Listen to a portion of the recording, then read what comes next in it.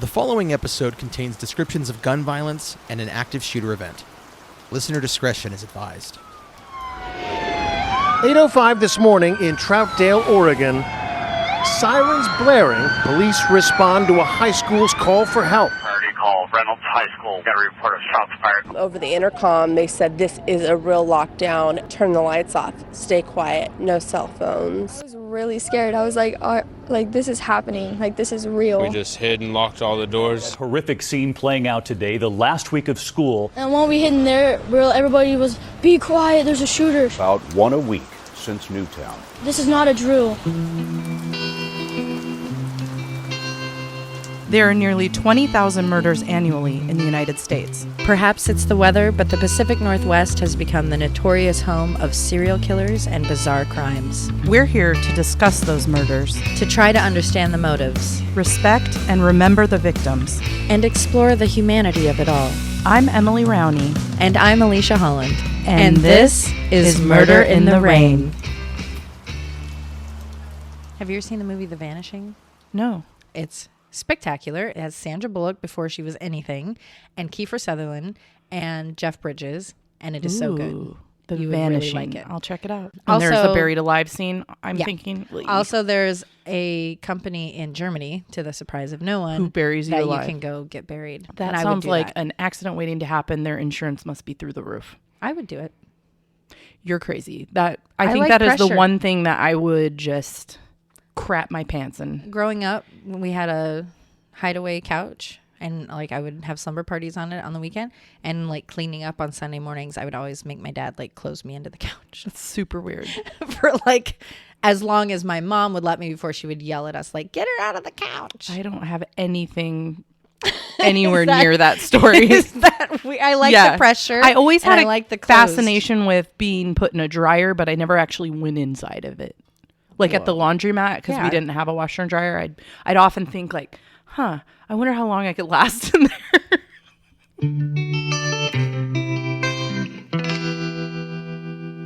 Today we will be talking about a school shooting, which is not the lightest topic, but this one is close to my heart as it is actually my alma mater. Do you say that about a high school? Yeah, alma mater. Okay. Lucas Paget waited anxiously in the parking lot of the grocery store less than a mile from his little brother's high school. The buses pulled up and he scanned the crowd desperately, seeking any sign of 15-year-old Jared. As the students poured out and ran into their family's arms, Lucas started to panic. Then the final bus, no Jared. On Tuesday, June 10th, 2014, I was actually working at a school in the Reynolds School District, which is located on the eastern outskirts of Portland, Oregon. Word started coming through via email and text that there had been a shooting at the high school.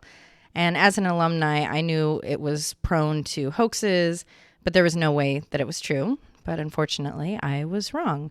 There had, in fact, been an active shooter, and now 2 were dead and a staff member was injured.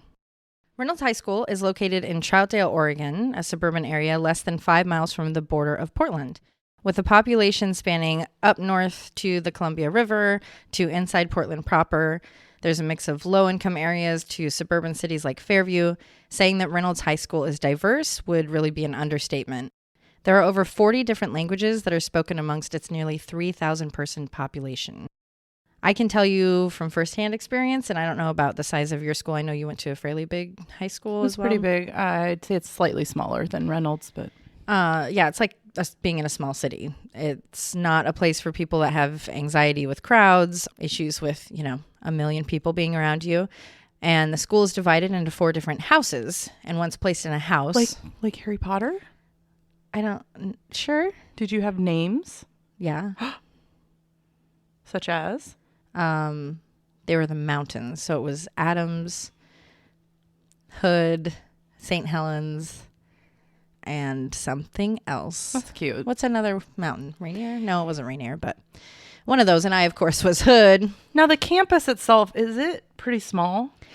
Ish. They've been building, as they get money. It's not tiny. There's 4 main hallways, and there's probably, if I remember correctly, about 10 or so classrooms down each hallway. Okay.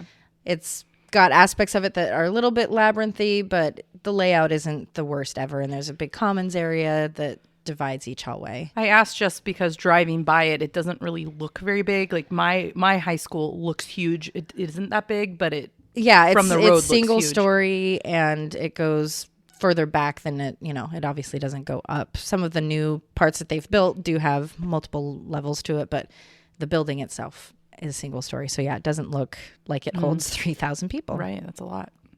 Once you're placed in one of those houses, that becomes your The sorting hat, the ceremony. Yeah, I still don't fully know what you're talking about, but that's okay.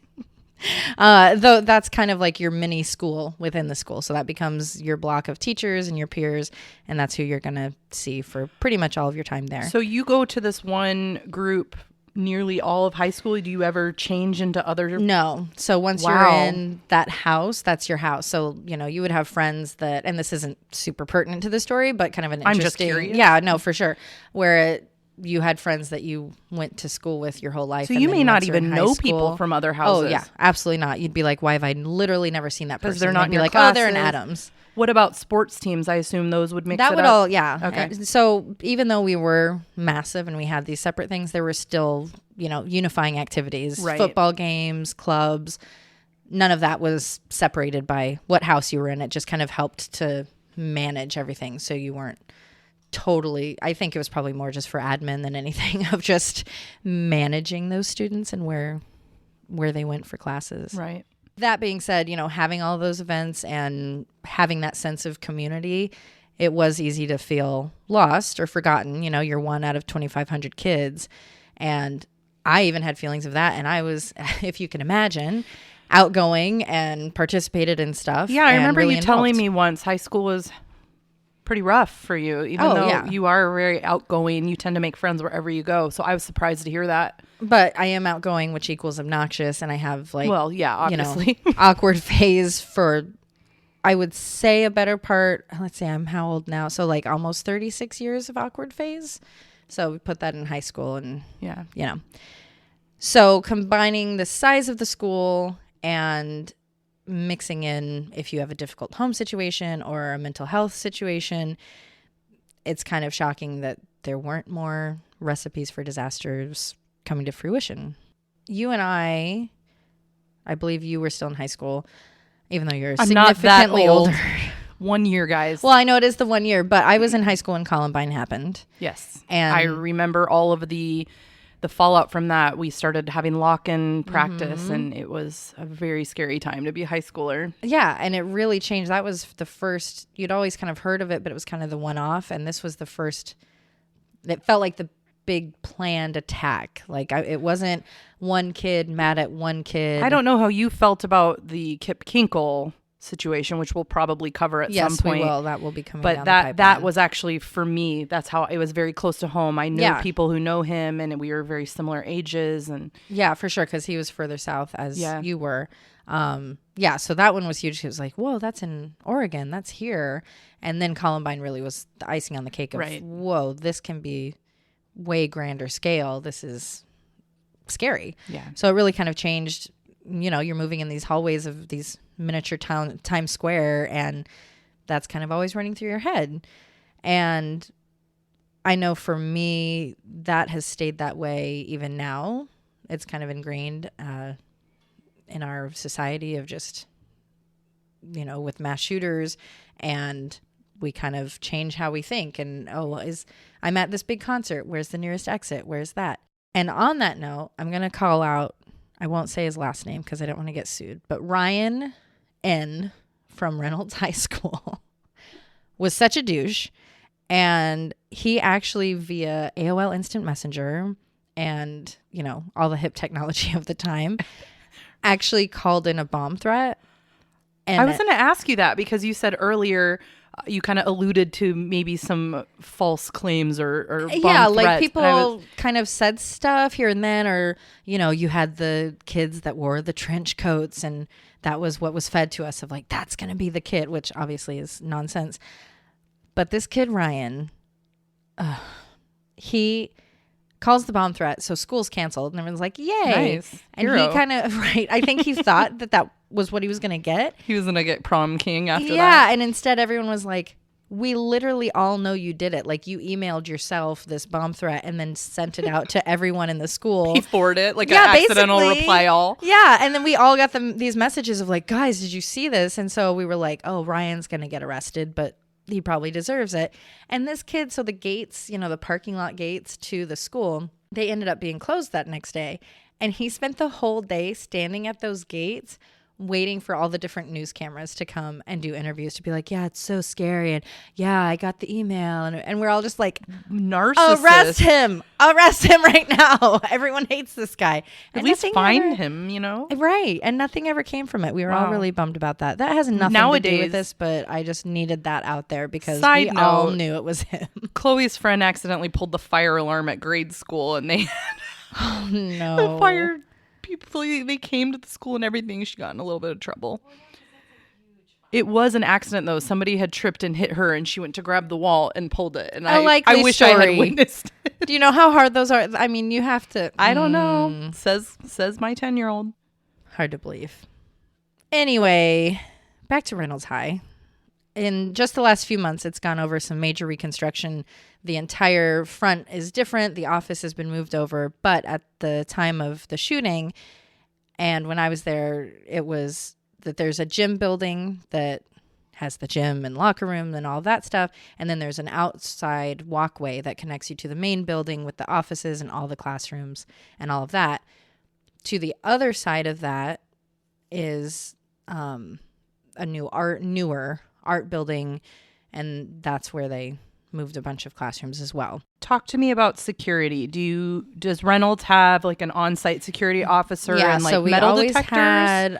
We never had metal detectors, but we always had a team of security, usually around 4 people, I think, including Mom Alisha, who was my favorite. So they were always there. And then after I was out of there, and when it kind of became the norm, they had a constant campus security guard or resource officer. Yeah, that's right. That's what they're called. Yeah, so one police officer and then the regular team of security, which just wander the halls, make sure kids are where they're supposed to be, kind of the first line of defense. Tuesday, June 10th, 2014 was not an average Tuesday. This was actually the last day of school for a lot of the kids. And in talking to Alyssa, she explained that it was sort of a day of finals, and if you didn't have other classes, it was your last day, and if you did, it wasn't. So my favorite week. Yeah, so it was a little bit muddled, but seniors were already done, so you only had the lower classmen, and then they were in equivalent to a finals test for those days. 15-year-old freshman and junior ROTC member Jared Paget walked into the entrance on the side specifically for the gym building. He was wearing a guitar case on his back and carrying a military duffel bag. He went straight into the boys' locker room where he began to unload his arsenal. In the police report, an acquaintance/friend, I couldn't really figure out the depth of their relationship, but he said he saw Jared walking towards the gym that morning. It was the start of the school day, and he hollered out, yelling, hello, and waving at him, and Jared uncharacteristically totally ignored him and continued walking. And the friend stated that while this exchange was happening, they were like 10 feet away and then 5 feet away. Like, he was walking towards him and still he got nothing. So that really kind of put him on alert. And he then noticed the guitar case that he knew from looking that it obviously was not a guitar because of how whatever was in there was shaped and the weight dispersion and all of that. Once in the locker room, Jared removed an AR-15 from that guitar case before he started to unload the hundreds of rounds, a handgun, and a knife, which were in the duffel bag. The exact amount of time spent in the locker room getting prepared isn't known, but given the window of time that everything happened, it was only literally a couple minutes. As he continued unloading, he then put on an anti-ballistic vest and a camouflage helmet, clearly having plans for this to be a pretty major event. The youngest of 5 kids, Jared grew up with his Mormon family with a strong background of military service in the Portland area. Jared was known to be really quiet and serious, but well-mannered, and always one to volunteer if needed and always helping people out. His perfectionistic and OCD ways were pretty well known to anyone that interacted with him, even if it was a casual conversation. You had to be careful with what you said or did around him, as he had no tolerance for mistakes or disrespect. So a really fun guy to have around. It's hard to find anyone that says they were really close with him. I couldn't really find, he was my best friend or anything like that. And this is absolutely not the old trope of he was a lone wolf, he had no friends, he liked guns, he played first-person shooter video games. He was all of those things, but I will absolutely not put blame on video games or pop culture, because plenty of people like you and I, we like those things and we don't act in this way. Jared was known by friends to have more than a fascination, perhaps more of an obsession with guns. People that knew him say that he would be most engaged in conversation when it was about firearms, or his military service that he was looking forward to in the future, or hunting. And I call those red flags, because if you're having a hard time engaging in conversation with someone, unless it's about killing things, maybe you should have a more important conversation with him about why he had such a fixation. On that topic, I found multiple interviews with people, including the bishop from the church that would come and do family check-ins once a week. And he would say, conversations that should have been casual, like how's the weather? How's school going? Basic things. And it always came back around to guns and his extensive knowledge of them. So moving forward in our story today, I'll be referencing Jared as the shooter.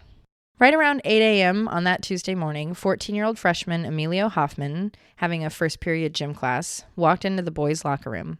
This was the fateful mistake that cost Emilio his life. According to authorities, Emilio turned the corner to the locker room and caught the shooter off guard. This was either while he was still setting up or that he was about to leave the locker room and begin his massacre.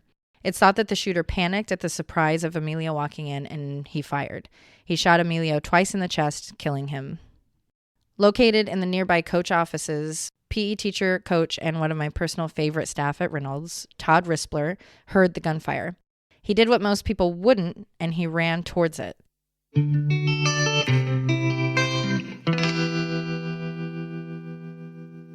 A lot of people at first thought it was just fireworks as part of a senior prank, and so they didn't really think anything of it at first. Oh, yeah. Senior pranks. Those were fun.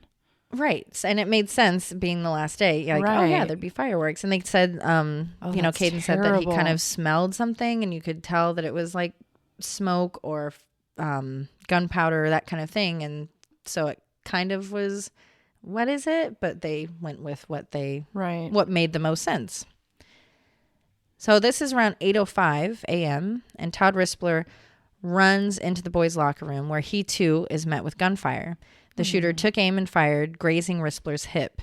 In an incredibly heroic move, he ran from the gym to the administrative offices to initiate the lockdown procedures and to call 911, while the other staff in the gym started moving students towards the back corner until authorities arrived.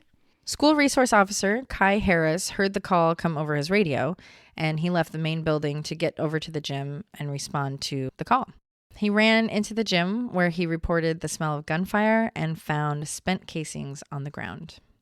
Within 2 minutes of the initial call that Rispler made, police were on the scene and SWAT was en route. The school was on lockdown. They made a call over the intercom, and the students were starting to get pretty frantic and scared, not knowing what was going on. I imagine so.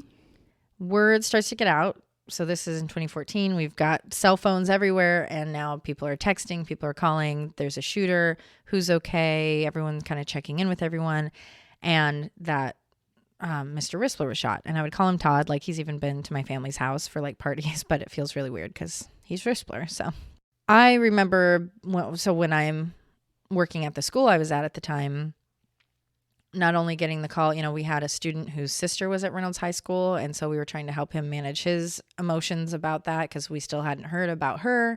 We just heard there was a shooting. So is that typical that if there are kids at other schools and this information's going out, that the staff would maybe pull them aside to make them aware, or is that more of something the police should be doing? Yeah, it was interesting mostly because we had a really cuckoo crazy principal, and she kind of went out of her way to pull him out and say that, and we were like, that's a little weird. He has emotional management issues already. Why are we adding to that. Right. But there was also a buzz because even though it wasn't a typical school, it was still Reynolds staff. And I feel like even they were all as much getting as emails and phone calls and as stuff. much as you prepare for these types of things as a staff member in schools in general, I think you don't know how you're going to react anyway. So she was probably just hyped up and well, and the parents were obviously in their own state of panic, and that might have had some. Whether the parents, I don't know if they maybe called they to asked say, her to, "Can you tell him?" or make sure you tell him so that he doesn't overhear staff talking about it. That's a good point. So we're trying to manage him. We're all going, oh my gosh, what's going on at the high school? And then it came through that Mr. Rispler was shot, and that was like a punch to the gut because it wasn't, he's shot and it's just a graze and he's going to go home and be fine. It was just that he was shot. Picture dead. Yeah, you picture worst case scenario. Absolutely. Todd Rispler actually went to Reynolds High School, and when he was there, he was a star athlete and has always been known by basically every student that's ever had him that he was kind and helpful and one of their favorites. Granted, he and I had differences of opinion because he was a PE teacher, which meant he would like tell me to run and work out, and I had problems with that, but as a person, he was really great. So at the end of the day, he did actually, in fact, make it back home. I don't know if he got stitches or what all was needed for the gunshot, but he was home and he was fine. And he actually ended up trending on Twitter with all the students, thanking him and acknowledging how heroic he was and how much they cared about him. And he's really been acknowledged as a hero since that. I even reached out to him just saying, hey, if you want to talk at all about that day. And he really kind of hasn't ever, because he's not willing to accept the hero label. Right. He just did what he assumed any teacher would do. Exactly. He's, my kids are in danger. I'm going to take care of it. And he did, but he's a hero, so he'll have to deal with that. Police and SWAT then arrive and secure the scene. Police enter the gym, and that's when they came upon the shooter in a hallway, kind of a hallway mixed with a lobby area leading back to like a common yeah, room? sort of. It's like the locker rooms would be a little bit, it wasn't just like the doors to the locker rooms so that you don't see people changing. So a little bit of a hallway situation, So they come upon him in that area. So he's coming out, and they engage in exchanging of gunfire. The shooter then turns and runs back into the boys' locker room, goes into a bathroom stall. He then takes his own life via a self-inflicted gunshot. Following him in, officers then find the body of Emilio Hoffman. With the school still in lockdown, but the shooter down, the evacuation process begins. This is when hundreds upon hundreds of students start the all too familiar walk in the single file line out the doors, hands on their head, leaving all their belongings, their pictures and footage of just piles of backpacks where everyone just left everything. Then they walked across the street. There's a Mormon church that has always collaborated with the school. They all went there first they were patted down and interviewed, and then they were put on buses and taken down the street to the grocery store where the families were waiting to meet them. And that grocery store is where Lucas stood waiting for his brother. When Lucas didn't find his brother, he rushed home, and starting in the bedroom that they shared, he began looking for his personal weapons. It was then he realized his Army Reserve's duffel bag and gun were in fact missing. Police then arrived at the home to inform the family of the events that had transpired, and they began a search. It was at that time they learned that there were 5 other firearms in the home, ammunition, knives, and a sword. Because, every home should have teenage boys. Classic teenage boys. I'm sorry. With their swords. This is not to say if you're a family that has weapons, you're going to create a monster and it makes kids do these things. Not at all.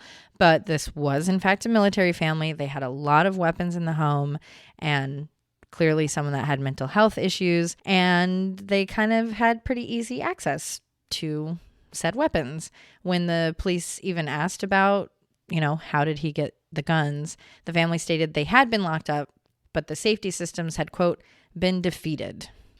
And they never really clarified, was it a closed cabinet or were there locks? Either way, they were defeated. Police also found a personal journal, and in it there were writings that rallied against, quote, sinners, smokers, and those that say the Lord's name in vain.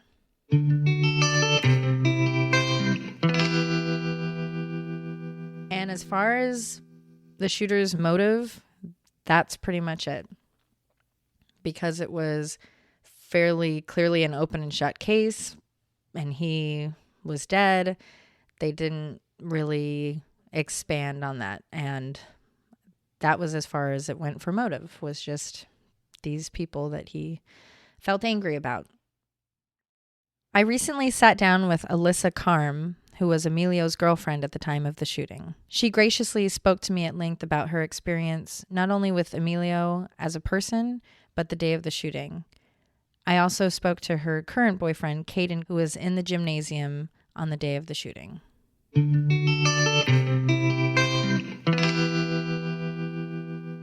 The following interview contains a ton of background noise because we recorded it at a Starbucks in the middle of the day.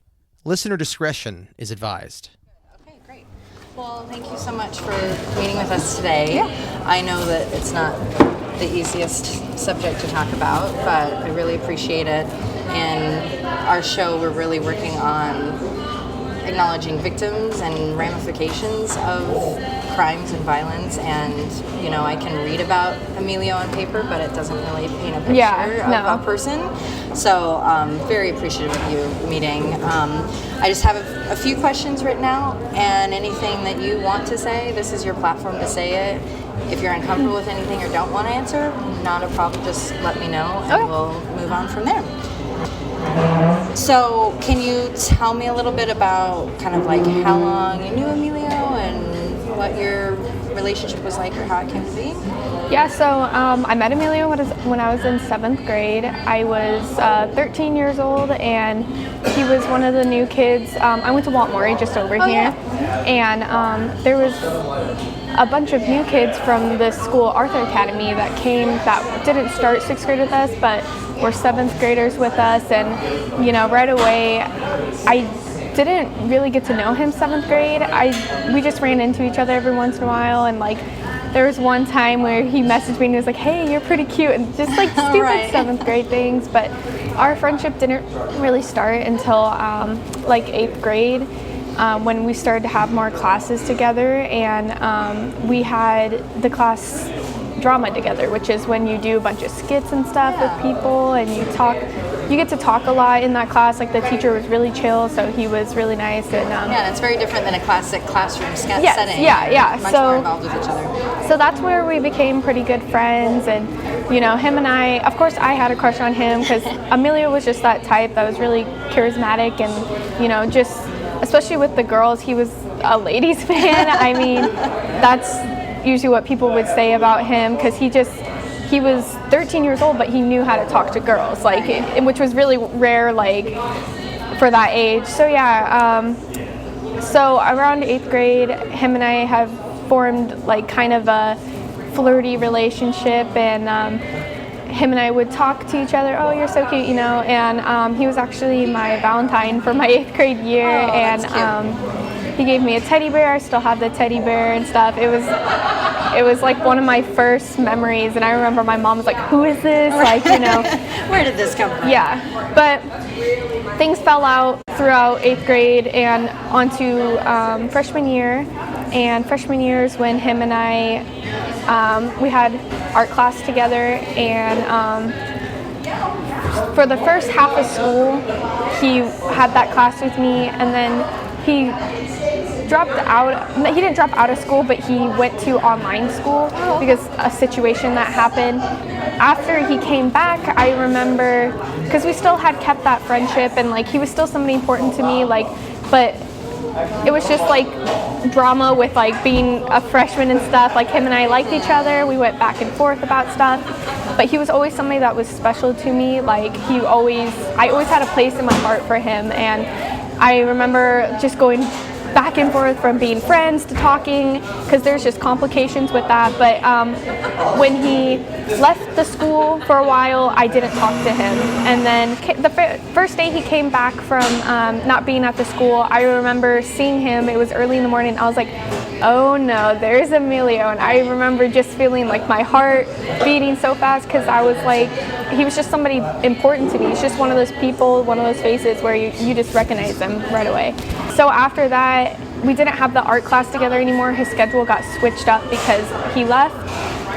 But he kept texting me and was like, Alyssa, I want another chance. I told my friends, don't let me get back with him. That he's nothing but trouble. Yeah, stuff like that. I mean, just because we didn't work out a bunch of times, and I'm not somebody that if it doesn't work out, then it doesn't work out. But I let Emilio in, and it's honestly one of the best decisions I ever made in my life, because I got to experience all my first things, first boyfriend, first kiss with him, and he wasn't like other guys. He was really different. Like, he made everybody in his life feel special. Any person you talk to, they have a memory with Emilio where he lifted them up or made them feel better. And I know that's what a lot of people try to say when somebody they love passes away, but it's the truth with him. Yeah, it's definitely easy to kind of glamorize almost, put them on a pedestal. But like I said in reading things, that's really everything I found was that he was kind, he was thoughtful, he was a friend to everyone, he helped little kids play soccer. Yes. From that, what do you want him to be remembered for, or what do you think he would be most remembered for? I just want him to be remembered as somebody that lifts the mood for people and just brightens the room. Like, anytime there was any frustration in the room or like just tension, he was always the one to break that with his humor and with his smile. Like, he was always making people laugh and just feel good about themselves. Like, he never wanted to see anybody in a bad mood.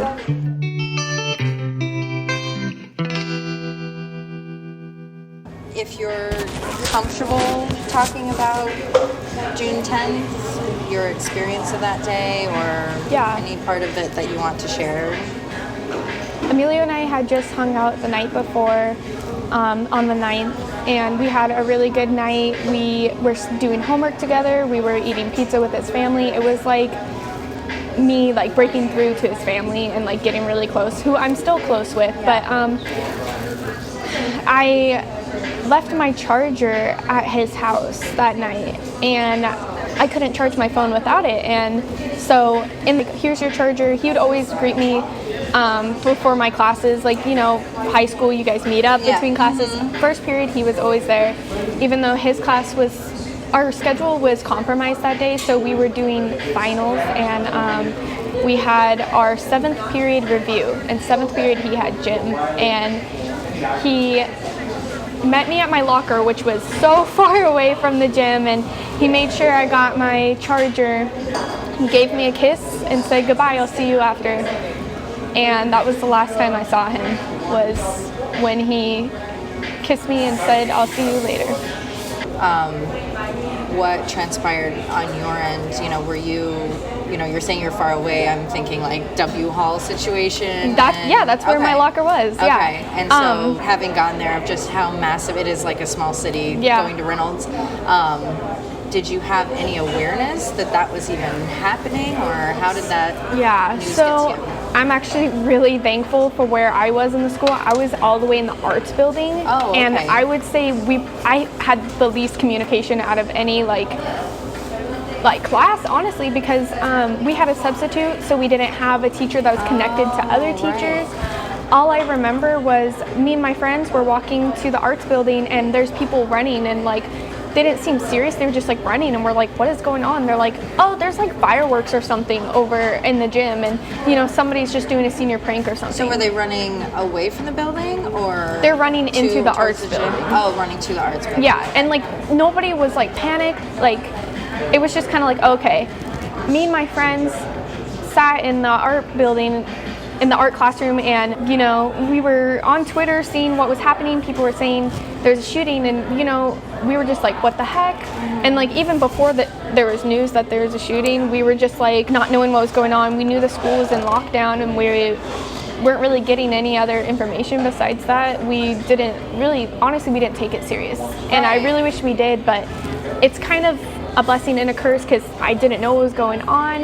But at the same time, like, it's probably better I didn't know what was going on. So I was texting Emilio, and I wasn't getting a response, but I was trying to be as reasonable as possible. I told myself he doesn't have his phone because he's in PE. He put his phone in his locker. He's fine. Like, he's with the other kids. And we were the last students to be evacuated out of the building among like other classrooms, but we were the last to be put onto, because they had us go from our class with our hands up. It was frightening, and like we had to go walk across the street to the church and get patted down and get interviewed by these police people, and we were like, what the heck is going on? And I hadn't heard anything from Emilio yet, and I even messaged his mom on Facebook. I'm like, have you heard from Emilio? Because I mean, he probably doesn't remember my number, like he doesn't memorize it. I was thinking maybe he texts his mom. And at that point you're thinking, you know, if everyone else around me is saying they've worked their way through the building and we're the last ones, at this point he should be out potentially having his things and be able to get a hold of him. So I was searching around for him. There was already students that had gone on buses and gone down to the Fred Meyer, and you know, I honestly thought that he was on a bus, and I was holding on to this. I even saw his mom, and I was like, have you heard from Emilio? She said, no, but I'll let you know if I hear anything. And she was one of those parents that was there. Like, she was at the church waiting for her son. She was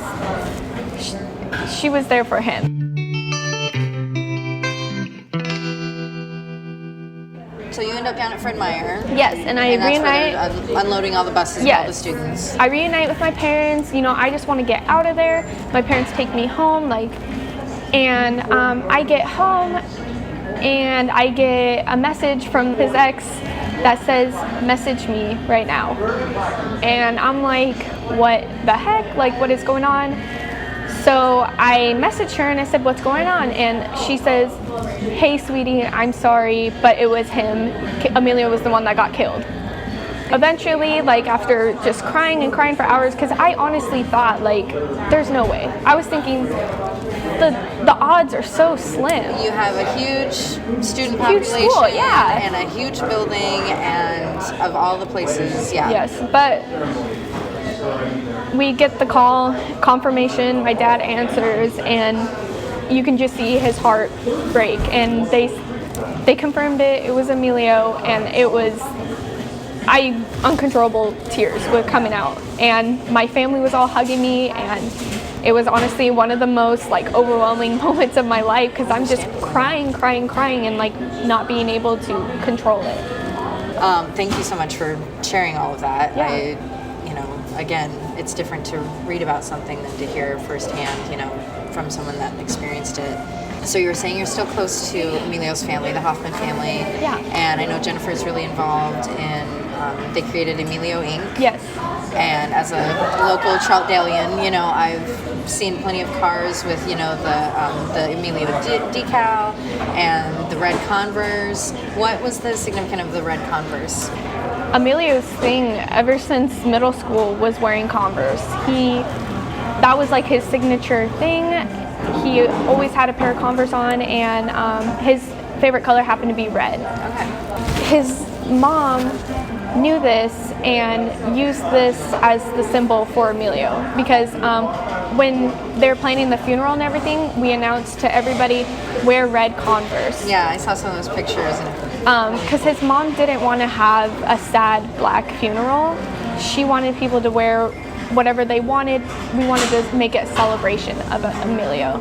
And so that's what the red Converse are. It's like a celebration, a reminder of Emilio. And I should have worn them, but I have a pair of red Converse that my brother got custom made for me that says Emilio 29 on them. So they're a big symbol in our lives now because of that. And making that the symbol of Emilio Inc. is just like a reminder of who he was. And it definitely does add an element of like playfulness and youth. And, it's a serious subject, but then it also doesn't allow for it to be too serious, and you can can still find the enjoyment in it. As far as you know, and what you can speak on with Emilio Inc., what do you see its purpose being?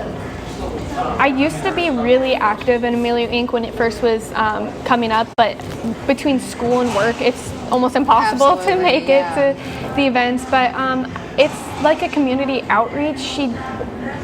Right away, Jennifer's honestly amazing. She, instead of using her grief to just wallow and be in isolation and not be involved, she created this nonprofit organization to reach out to the community and give back to the people that gave to her when she was in her when she needed it. And they just do a lot of things with like interacting with the community, and especially with teenagers. Like there's a lot of love rock making. Have you heard of the love rocks? Yeah, with the hearts. Do you want to speak on that for a minute? Yeah. So it's just something like she'll get people together and just like do simple activities such as like gluing on hearts onto the rocks and stuff. And what this does is we like to spread it around like communities that need it. Like when there's a shooting at a community college, I struggle on the name, like Umpqua or we made love rocks for that, and just spreading it around the campus, and like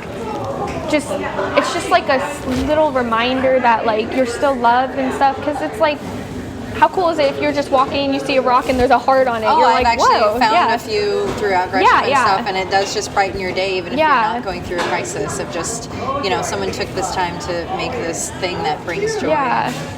My friends and I actually went out and we put out the love rocks spelling the word hope for the new students to come and be welcome to that, and it actually stayed for a really long time. People would just take pictures and say the hope rocks are still here. Honestly, that's kind of the message, because like even it's been 4 years since the shooting, you can still go around and see reminders of love and not reminders of what happened and stuff. So I think Emilio Inc., that's their goal, is to turn this tragedy into something where you celebrate the person's life, the opposite of just grieving about them. Yeah, and that sounds like what if the shoe was on the other foot, that he would be involved in that, being such an optimistic, positive energy, that he definitely would be appreciating that, because that's who he was as a person. Yeah.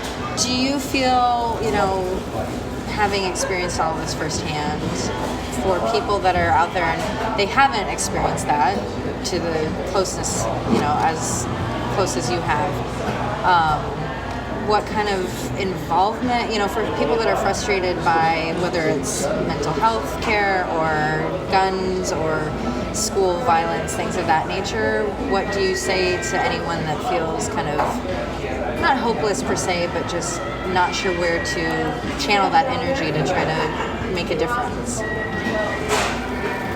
I mean, the first step to dealing with things like that is to accept things how they are and work together as a community to deal with stuff like that. And that is the message of Emilio Inc., is that together you can do things. And it's always, I think a lot of people try to avoid things in their life and like just not face things face forward, but if you want to get over things and improve as a person, you need to go face forward towards those things, and don't let stuff like what's happening in our world to hold you back.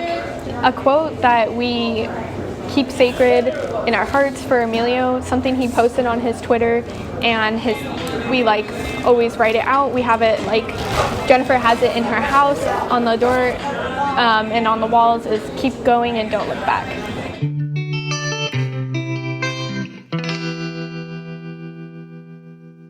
I was just gonna comment and say that, like, it's just something that you never think would happen, or you don't imagine that it could happen to you, and until it actually happened at our school, it's so unimaginable, and like you don't even think about it until it actually happens to you, that it's like a real thing that people experience and have to go through. So. Yeah, you see it today on the news. You see it all the time, those school shootings and stuff, and we always sit back and we're like, I can't believe that happened to us, and somebody close to me at that. Like the odds are just, well, now they're higher, but like at the time, it's just crazy that actually happened. Like we sit back and we're like, that happened to us. So being in that, you know, having experienced something that was so astronomically impossible seeming at the time, how has that shaped, you know, moving forward as far as just, do you feel like you're more hypervigilant when you go places because you know it's possible? Has it kept you from doing certain things because, you know, now you know, like, oh, you can't say that about the odds because... Yeah, when we're at the mall the other day, we were just shopping in the store, looking around, you know, it was really lighthearted, and then all of a sudden we hear this huge, like, crash bang noise, really loud noise, and we stopped and we looked at each other and we're like, what was that?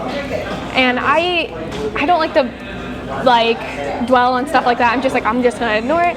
But he had been in the gym when the shooting happened, maybe you should talk about that.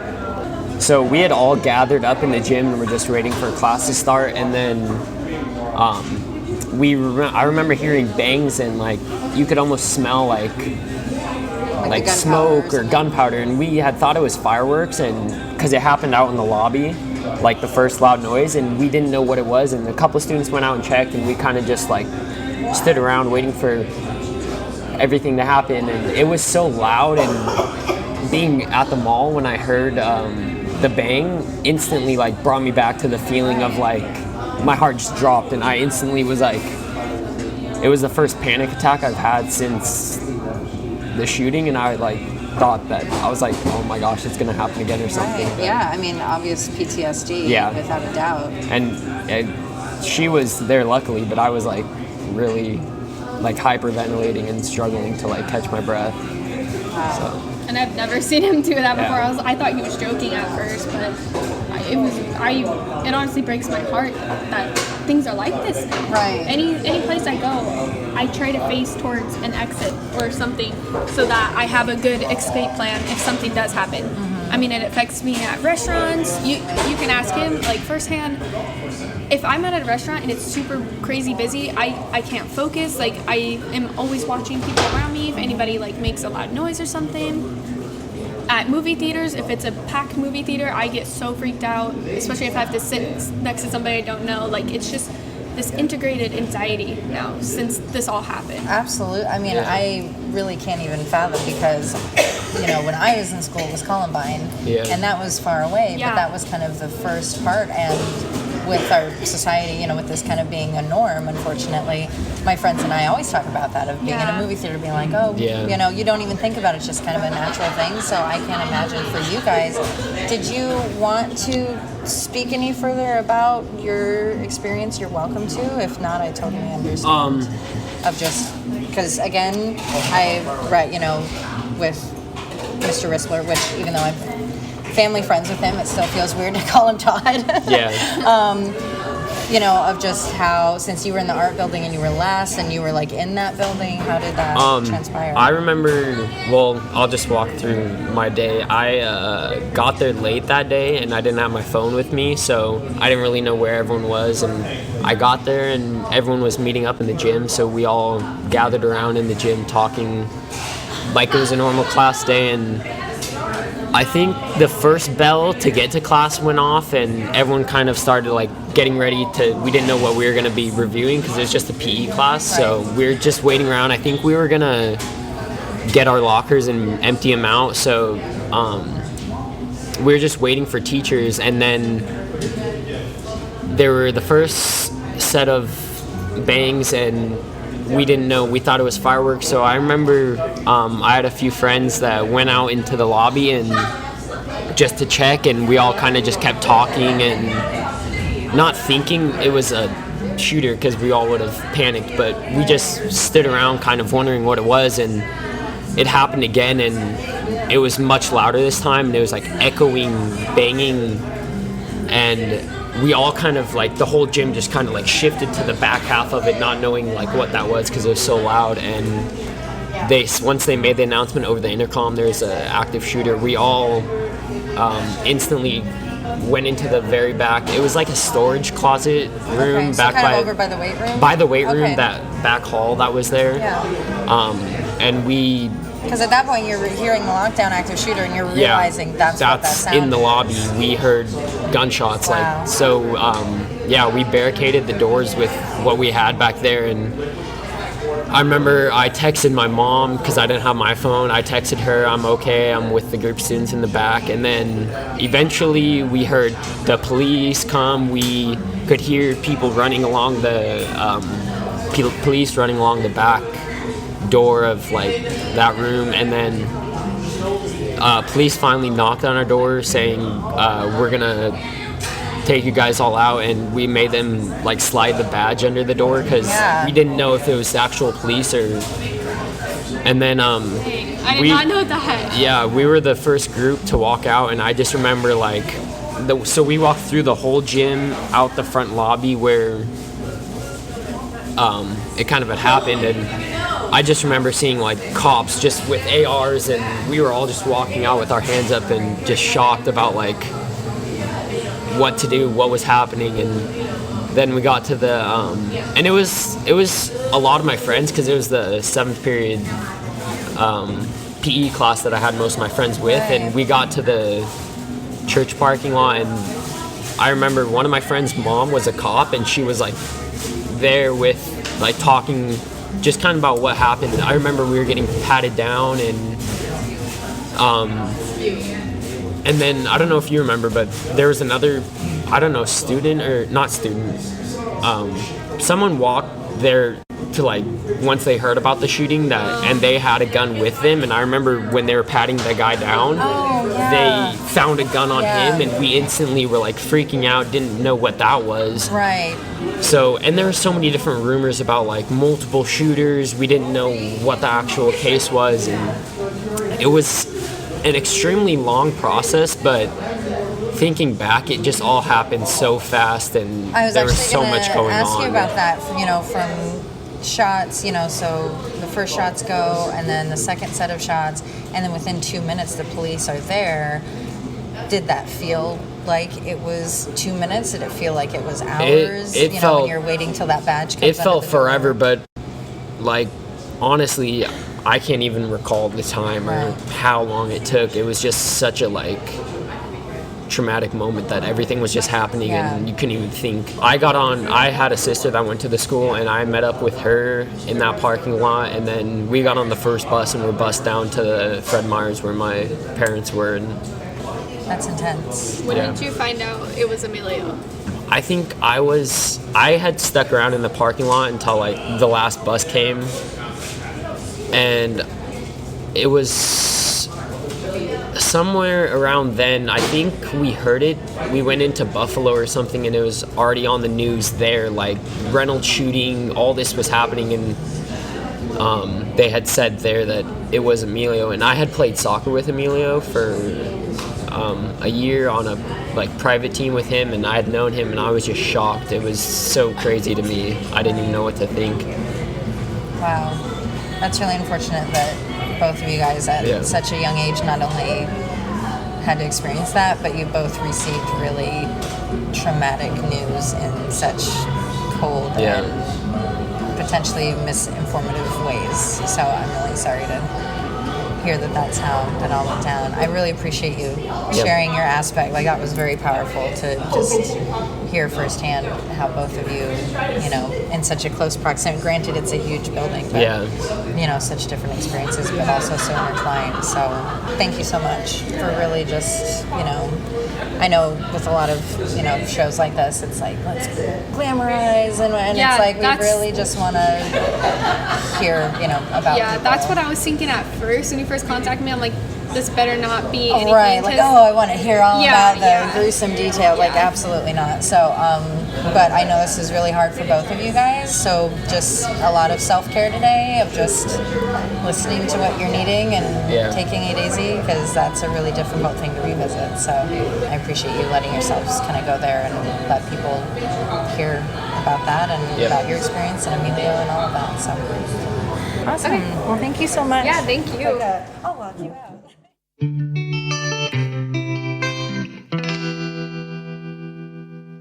The community was really touched by the loss of such a promising and kind young man. Even the Portland Timbers had a special ceremony to honor Emilio at one of their games. While his family continues to grieve his loss, they aren't standing idly by for someone else to make the differences that they want to see take place. Jennifer Hoffman, Emilio's mom, continues to run emilioinc.org, putting together the special events that benefit Youth Council. I'm glad that this one didn't go further. We see a lot larger shootings, multiple victims, so that's great. But I'm always a little bit saddened when the shooter takes their own life because these are kids. Mm-hmm. These are kids who have severe mental problems that likely could be managed and that they could, not necessarily do something with their life because they're going to go to jail, but get healthier and have some perspective and apologize to the family. So it is pretty sad in that sense. And of course, Emilio was lost as well. And that's a really sad thing to hear with such an amazing person. And I think, too, the other aspect of that I always feel sympathetic towards is the family of the shooter. Yeah. They don't get to publicly grieve. Someone actually created a GoFundMe and they raised quite a bit of money, I think $7,000 for funeral costs and everything. And it is so unfortunate that one person's decisions, you don't know what transpires and you can't put everything on, it was their home life. The parents did or didn't do something. Multitude of reasons usually. Yeah, and sometimes it's none of that. And so to have this family, they also lost a child. Yep. And they don't get to have support and they don't get to have... And I'm sure they're blamed. Oh, absolutely. And you just say, you have to hide your grief and you have to be in the shadows. Yeah. And they also suffered a major loss. And I always hate that that's an aspect of this. The other thing that struck me while you were telling the story is the brother, because he shared a room with him. And I have to imagine there's a lot of guilt there, not seeing red flags and wondering what you could have done to try to find this out sooner. So that's also another sad aspect, is somebody else is taking this into the rest of their life. Absolutely. In that sense. Yeah. Survivor's guilt in a way. So I did look up some stats on violence. I know that we're all very much aware that this is a rampant problem in the U.S., but just to put this in perspective, since 1970, there have been 1,300 school shootings. 2018 had the highest number of school shootings in any year, and there were a total of 94 gun violence incidents.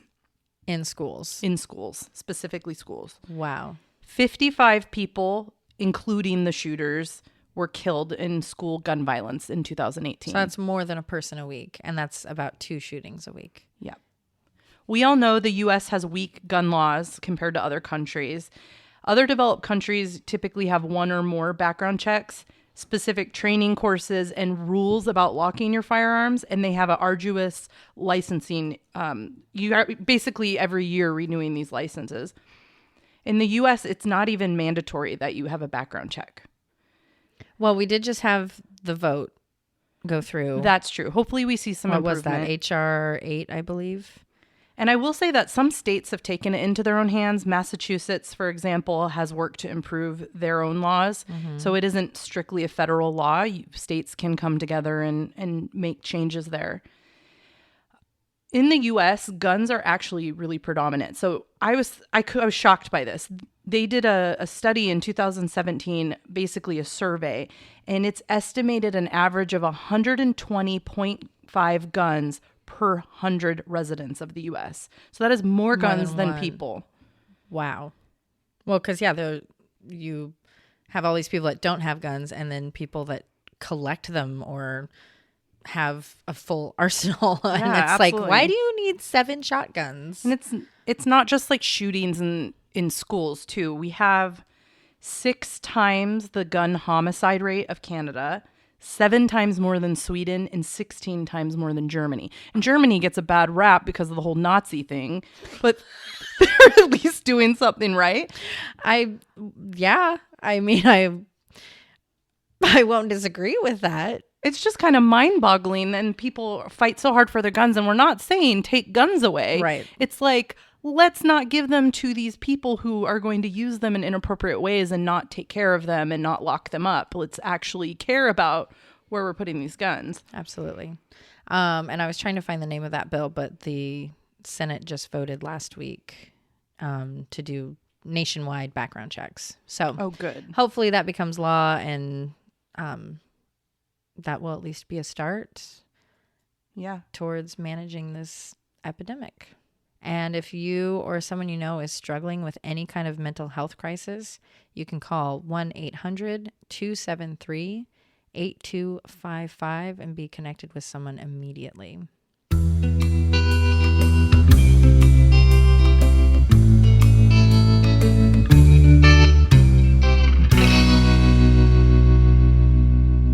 Because they're Ross and Rick. Bust a nut on it. Yeah, bro, why don't you just bust a nut on him? He has a dead tooth. Oh, barely, please. Where? I know in his mouth. All I've said is bust a nut. Yeah, girl.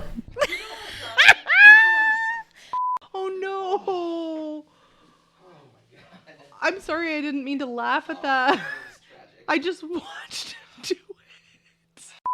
Whenever, wherever. Whenever we're meant to be together, I'll be there and you'll be here. And that's the deal, my dear. It was a ghost fart. She wants to do cocaine. I do. Off of a dick. You've already brought that story into this room? That could have been. Wow. Those cheeks are always squeaking. Quote of the century. Those cheeks are always squeaking. I didn't realize it was her. It sounds like it's coming from I thought it was upstairs, and then I realized I don't think it is. Those cheeks are always squeaking. Carrying a military duffel bag. I'm so sorry. God. I missed it. It was like a gurgle. It was like a Costco hot dog burp. Transition music. Or a lucrative ad. Those squeaks are always squeaking. I can't get it. I just said those squeaks are always squeaking. I want t-shirts with just a butt. And I can pop my ears. What does that mean? It's gross. Do it into the microphone. Why things transpired. Fucking fuck. Who am I, Emily? On a first sentence? Excuse me? Fuck you. We will never know why things transpired the way they did. But fuck. What fuck? That's been a theme this week for me, too. Whoa. Murder in the Rain is produced and edited by Josh McCullough. Written and hosted by Emily Rowney and Alicia Holland. Artwork by Jamie Costa. Music by Kai Pfeiffer at kyfifer.com. Check out our website, murderintherain.com, for additional information on all cases, a fun interactive map, and be sure to subscribe so you can receive our newsletter. Check out the Mad Props page for coupon codes from some of our sponsors. We love your reviews and seeing them on all streaming platforms, especially iTunes. And check us out on Facebook, Instagram, and Twitter. And suck my balls. Please put that in.